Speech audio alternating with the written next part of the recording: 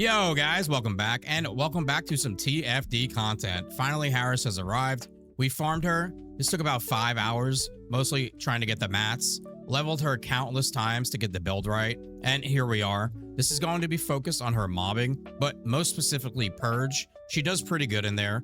Overall, I like her after we got everything up and running. It's a different playstyle for the game, more of a beat 'em up melee, and very well done compared to swords. We won't be doing a bossing build because there's not really a boss I care to take her in currently. We can see about that with the Abyss version of Deathstalker coming next month, so fingers crossed on that. We are live on Twitch, and we are going all weekend. Haley is up next for a build, and there are Twitch drops as well, so feel free to stop by the stream. Link is in the description. We are also so close to 20k subs here on YouTube, so if you can hit the sub button, that is greatly appreciated. With that out of the way, let's get into it. Before we get into the build, I just want to address the Ancestor Mods, and we will not be using an Ancestor mod here in this build, and I probably won't be using one in the upcoming Haley build either, and I'm not really sure when.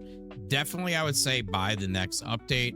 I think right now the best thing to do with the cost of re-rolling and just that alone is you should just be stockpiling up on these here and your gold and your Kuiper, because when the new Colossus comes, the Abyss Colossus does come, most builds that I will be putting out, and I imagine most other content creators by that time, will be involving these Ancestor mods. And right now, for I would say the next month, basically, there's not really too much we need these for, right? We already have builds for the current Abyss Colossus, which is our end game content. And other than that, it's really not going to change too much. So unless you're a everyday speedrunner here on TFD, my philosophy, and hopefully something you could pick up too, would be for now until the next update, when we get the Deathstalker Abyss Colossus, start stockpiling these, because the builds are going to involve these. So I do want to start with one minor thing when it comes to basically a combat tip,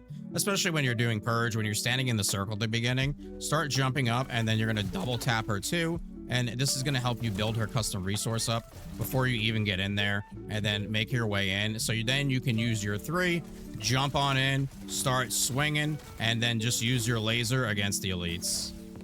So let's get into the build, and we'll start with what my fat head is covering right now, and that is going to be Power Beyond for the skill power increase. There is another option here that we thought about with Steel Vanguard, but with this, you're going to want to do the little, I'm using a chill reactor on my Toxic Descendant, I'm using a fire reactor on my Toxic Descendant. I personally not a fan, so we're staying away from this, and we're just going with Power Beyond there. We won't be using any of her red mods here because this is a mobbing build. And the key here is we're going to be spamming her first ability, just punching the shit out of everything. We're using her 1 just for a big ground slam. And this is also going to offer you a protective barrier, which is really nice, especially when you run into the big explodey dudes and Greg, who's trying to swipe shots at you the whole time. Then with her 3rd ability, we're going to want to try to have this on as much as possible. We're only running 1 duration mod here, which is giving about 10 seconds, which is roundabout probably the pack of mobs you're fighting in Purge. So my usual play here is once I finish with the pack, I get myself up in the air with my grapple, I hit this, and then I ground pound. And then her 4th ability here is going to be very important. Number 1, this hits like a truck, so we're using this on the elites to take them out as fast as possible. And of course, Greg. But then on top of that, this is giving us an insane amount of a defense increase, which is going to come into play here with our Arche Tech mod, Shield Charge. When landing a clash type skill attack, converts 0.15 of own defense into a percentage and applies it to skill power for 10 seconds, up to 30%. So at base, currently we're at 53k defense. A lot of this is coming from our external component cores, all marked for defense. We'll go over that when we go over the components. But then when you do use her 4, this defense is jumping up to 177,000. So for the rest of our module setup, I mean, it's pretty basic build here, right? We have our cooldown mods with MP Conversion, Nimble Fingers.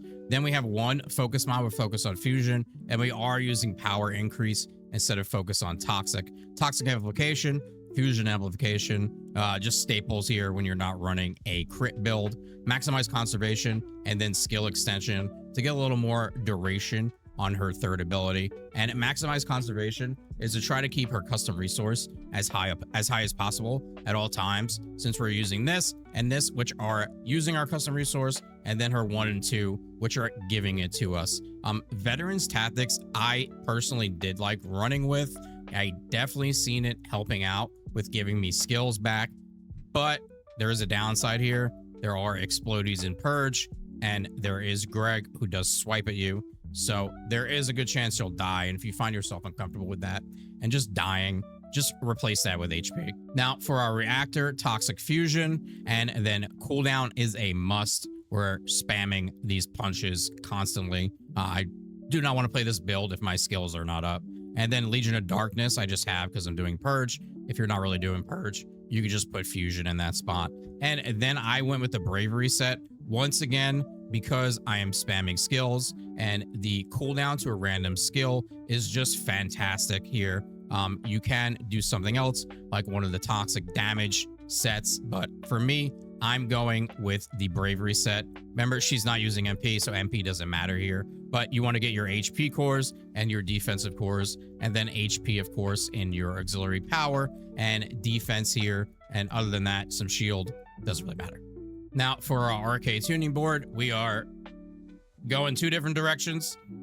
We're coming down here because we're getting defense neutralization, which is fantastic when you're playing Purge. And then we are coming up here to get toxic chain catalyst.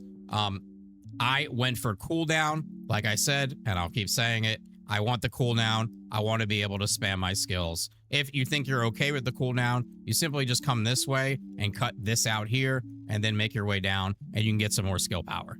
And for our inversion reinforcement, this is pretty simple to me. Once again, cooldown, 10 seconds every 25 seconds.